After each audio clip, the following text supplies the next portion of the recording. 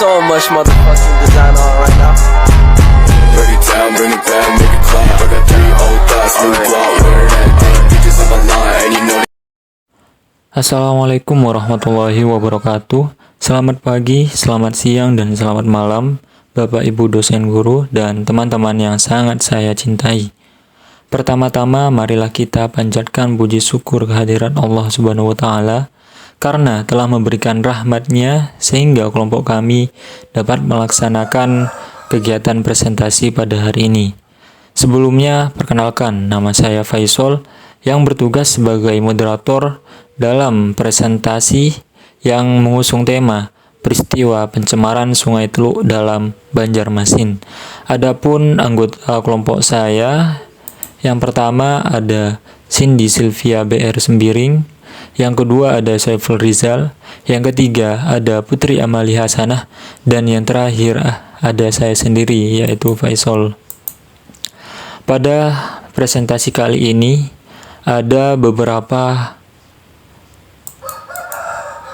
pokok pembahasan. Pokok pembahasan yang pertama yaitu peristiwa pencemaran yang akan disampaikan oleh Saudari Cindy. Yang kedua ada mekanisme pencemaran yang akan disampaikan oleh Putri Amalia. Yang ketiga ada dampak peristiwa yang akan disampaikan oleh saya sendiri. Dan yang terakhir ada solusi peristiwa yang akan disampaikan oleh rekan saya. Untuk mempersingkat waktu, saya persilahkan untuk teman-teman membacakan materinya. Yang pertama yaitu peristiwa pencemaran Sungai Teluk Dalam yang berada di Banjarmasin.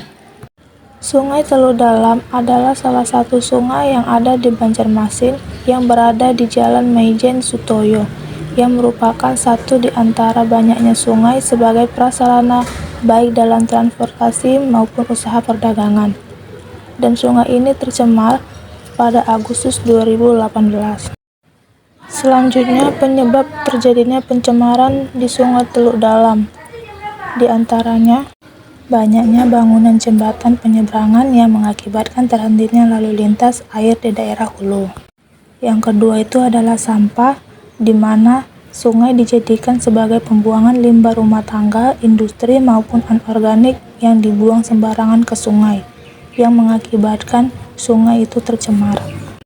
Yang ketiga, sungai yang semakin menyempit yang disebabkan oleh bangunan liar atau rumah di bantaran sungai. Mekanisme pencemaran.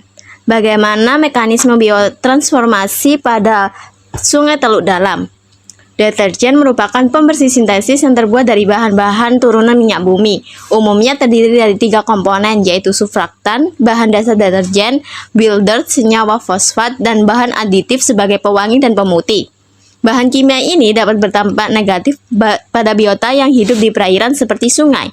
Biotransformasi adalah perubahan atau modifikasi senyawa kimia oleh enzim atau sel mikroba. Proses yang diinginkan yaitu sintesis suatu senyawa dapat menghilangkan senyawa tersebut. Deterjen yang masuk dalam perairan sungai dapat didegradasi oleh bakteri dari subkelas Proteobacteria. Kemampuan mikroba terutama bakteri dalam menggunakan deterjen sebagai sumber karbon utama menunjukkan bahwa bakteri memegang peran penting dalam proses bioremediasi. Selanjutnya, bioakumulasi. Jika deterjen yang larut dalam air cukup signifikan, maka dapat mematikan ikan yang hidup di dalamnya. Ikan mengambil oksigen yang terlarut dalam air melalui ingsannya. Dengan adanya deterjen yang larut dalam air, maka zat tersebut akan masuk ke dalam tubuh ikan langsung pada sistem sirkulasinya. Keberadaan zat ini mengganggu metabolisme ikan. Jika melebihi ambang batas, ikan dapat mati. Transfer food chain. Deterjen memiliki efek toksik di dalam air. Bahan kimia dalam deterjen dengan konsentrasi 2 ppm dapat diserap ikan 2 kali lipat. Apabila dibiarkan, ikan-ikan dapat mati. Kandungan deterjen juga berbahaya bagi kesehatan manusia seperti iritasi mata, kulit, paru-paru, kanker, bahkan mengakibatkan cacat pada mutasi gen. Baik, selanjutnya yaitu dampak atau akibat dari pencemaran Sungai Teluk Dalam. Dampaknya yaitu sungai tidak produktif, di mana kondisi sungai mengalami kerusakan atau sungai yang hilang, sehingga mengurangi fungsi dari sungai itu sendiri. Beberapa fungsi dari sungai tersebut mengalami penurunan, baik dalam segi ekosistem maupun lainnya. Misalkan pada ekosistem di sana, ekosistem ikan yang mulai menurun, baik dari jumlahnya dan kualitasnya. Selanjutnya yaitu kebersihan. Dari Sungai Teluk Dalam memiliki kualitas yang sangat memprihatinkan dan memiliki kualitas yang tidak layak minum. Akibat dari pencemaran tersebut, kualitas perairan pada Sungai Teluk Dalam mengalami penurunan mutu, sehingga air yang terdapat di sana tidak dapat dimanfaatkan sebagai sumber minuman. Selanjutnya yaitu banyaknya jembatan yang melewati sungai-sungai di Banjarmasin membuat menumpuknya limbah plastik dan limbah domestik lainnya yang membuat kualitas air sungai menjadi buruk. Akibat terdapatnya jembatan, sehingga menjadi jalan atau bagi pengendara yang akan melintas. Tetapi murungnya, tidak sadarnya pengendara dan masyarakat sekitar membuang sampah pada sungai tersebut, sehingga kualitas pada sungai tersebut mengalami penurunan. Baik, saya akan melanjutkan materi dari teman saya, yaitu upaya penanggulangan, terbagi menjadi 3, hidrologi, ekologi, dan sosial masyarakat budaya kelembagaan. Hidrologi yaitu kekuatan pertama dalam konsep ini adalah hidrologi atau kekuatan air.